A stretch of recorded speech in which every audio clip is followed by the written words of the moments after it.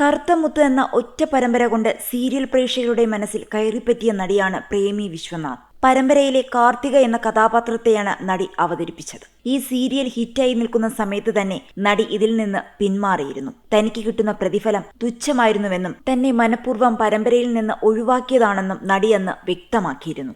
പ്രേമിയുടെ ആരോപണത്തെ സീരിയൽ സംവിധായകൻ നിഷേധിക്കുകയും ചെയ്തിരുന്നു.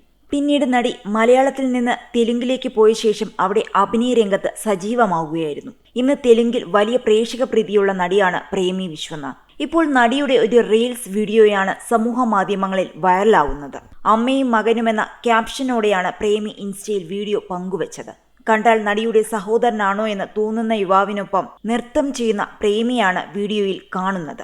മൂത്ത മകനായ മനുജിത്താണ് അമ്മ പ്രേമിയുടെ കൂടെ നൃത്തം ചെയ്യുന്നത്. പ്രേമിയുടെ ആരാധകർ ചോദിക്കുന്നത് ഇവർ ശരിക്കും അമ്മയും മകനും തന്നെയാണോ എന്നാണ്. വരുന്ന കൂടുതൽ കമന്റുകളും അങ്ങനെയാണ്.